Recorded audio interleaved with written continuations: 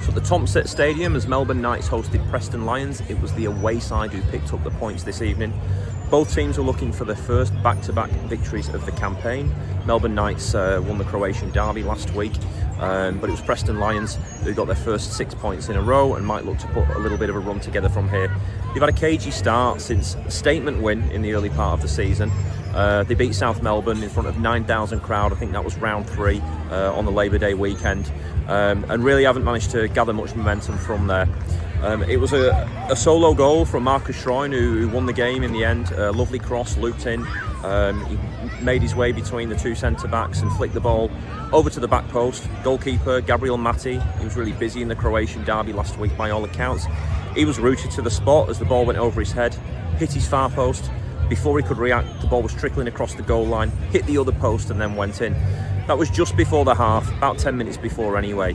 And prior to that, the only decent chance that the Knights had was when their centre-forward, Darcy Anastovsky, who was industrious up front, but really the four behind him didn't really offer much support. He shifted left and the Lions looked to break out down their left back side, but a trap was awaiting in the press. Anastovsky dropped in, picked the ball up, fenced the ball out wide to Dion Nicolaides. He actually forayed into the box, but the ball got caught under his feet in the end, got tangled up, and the Knights couldn't capitalise. And given that that wasn't even a half chance, it really tells you how limp their attacking prowess was this evening. They didn't really offer much more, and I don't think they managed to test the Lions goalkeeper throughout the evening. The same almost can be said for the Lions themselves. Bar the goal, any other time that they tested Matty was pretty routine. They had more corners than Melbourne's Hoddle Gridders got, and most of those didn't offer much of a threat either. Probably the most lively thing about the evening was the crowd. Both sets of fans had the drums out, were singing along, and they've just stopped chanting in the background here. You can probably hear the music in the Croatian club in the background though. But even at the 70-80 minute mark, where the game needed fresh impetus, both managers perhaps a little bit slow to make changes. First changes kind of happened just after the hour mark.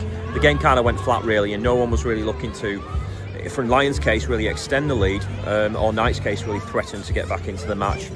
They managed to wind the clock down, Lions, in the end. There were a couple of half chances as the crowd got a little bit antsy, but it was the visitors in the end who picked up the points.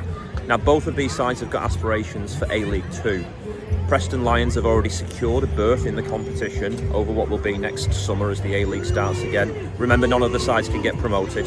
There's 8 sides that have made it by invitation, and another 8 sides will make it by winning their home and away season, not necessarily being the playoff champions. Melbourne Knights would have been wanted to be one of those. Where I'm stood now in the corner of the ground, you can see there's lots of renovations going on, there's lots of investment in the stadium, but they're going to have to do a little bit better than what they did tonight in order to climb the ladder. It's been a tough start since. I think it picked up a couple of wins earlier on in the season, but it's a few defeats in a row now, apart from that Croatian derby that was really needed last week. Likewise, Lions have been indifferent too, and while they got the result, mainly sitting in a low block tonight, and that somewhat frustrated Melbourne Knights in attack.